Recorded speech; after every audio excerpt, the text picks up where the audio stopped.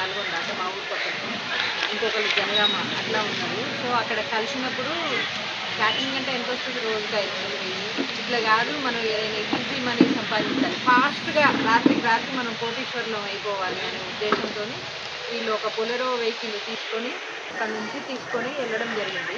ఇది మనకు 2వ తారీఖు ఒక అఫెన్స్ అయింది సార్. ఆ 2వ తారీఖు అయిన అఫెన్స్లో వీళ్ళు మా వాళ్ళు వర్కౌట్ చేస్తే ఈ బొలెరో నెంబర్ వచ్చింది, దాన్ని మార్చి ఇచ్చేసి విలేజ్ ఇది మరికల్ మరికల్ మరికల్ విలేజ్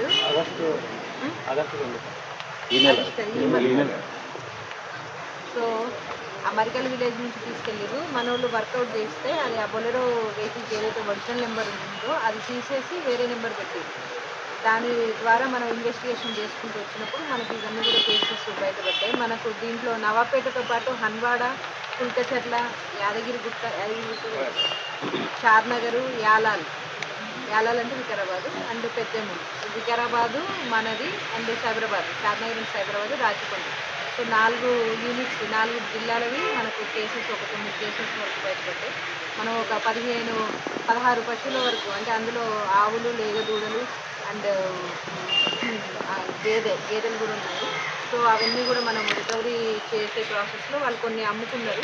మొత్తం ఒక 14 లక్షల ప్రాపర్టీ. మనకు ఒక గేదె వచ్చేసి జెర్సీ అది 1 లక్ష పైన ఉంటుంది, 14,50,000 మొత్తం. కొన్ని అమ్ముకున్న వాళ్ళు క్యాష్ కూడా రికవరీ చేయడం జరిగింది. ఇది నేను ఈ సందర్భంగా మనకు అంటే విలేజెస్ చెప్పేది ఏంటంటే, మనకు అంటే పొలాల దగ్గర అయితే సీసీ కెమెరాలు పెట్టమని నేను అడగను, కానీ అట్లీస్ట్ రోడ్ల మీద పెడితే ఇట్లాంటివి ఏమైనా అయినప్పుడు మనకు క్లూస్ వస్తాయి. క్లూస్ వచ్చి అట్లీస్ట్ ఏ బండి పోయింది ఏంది అనేది మనం వర్కౌట్ చేయడానికి అవకాశం ఉంటుంది. సో ఈ సందర్భంగా నేను నవాబ్పేట మండలం కావచ్చు, మనకు మౌనర్, ఎందుకంటే చాలా ప్లేసెస్లో కూడా అవుతున్నాయి. మనకు మహమ్మదాబాదు, అడ్డాకుల, దేవరకద్ర పశువులవి దొంగతనాలు చాలా ఈజీగా చేస్తున్నారు. అందరినీ కోరేది ఏంటంటే అట్లీస్ట్ మెయిన్ కూడళ్ళ దగ్గర రోడ్ల మీద సీసీ కెమెరాస్ ఏర్పాటు చేసుకుంటే మనకు భద్రత కోసం ఈజీగా ఉంటుంది.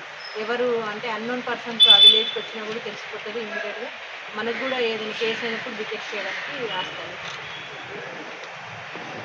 వీళ్ళందరూ కూడా మన వాళ్ళందరూ కూడా కలిసి ఒక టీం వర్క్ చేయడం వల్లనే ఈ కేసు చాలా తొందరగా డిటెక్ట్ అయింది. ఇక్కడ మనకు 2వ తారీఖు అయింది, వాళ్ళు 11వ తారీఖు. వితిన్ 9 డేస్లో మనం ఇన్ని కేసెస్ డిటెక్ట్ చేయడం అంత ఈజీ ఏం కాదు. దట్టు క్లూలెస్గా ఉన్నది, ఎక్కడ క్లూ లేకుండా ఉన్నది. మనం చాలా సీసీ కెమెరాలు చాలా దూరం చూసి తర్వాతనే మనకు ఒక క్లూ వచ్చింది. ఆ క్లూని బట్టి మనం వర్కౌట్ చేస్తాం. సో అందుకనే ప్రజలకి చెప్పేది ఏంటంటే, సీసీ కెమెరాలు మస్ట్ అండ్ షుడ్ ఏర్పాటు చేసుకుంటే, అంటే పల్లెటూళ్ళలో అవసరం లేదు అనే ధోరణి కాకుండా అట్లీస్ట్ ప్రధాన కూడళ్లలో మెయిన్ బజార్ ఒకటే ఉంటుంది మనకు, ఆ వెహికల్స్ వచ్చే దారిలోనైనా చూసుకుంటే మనకి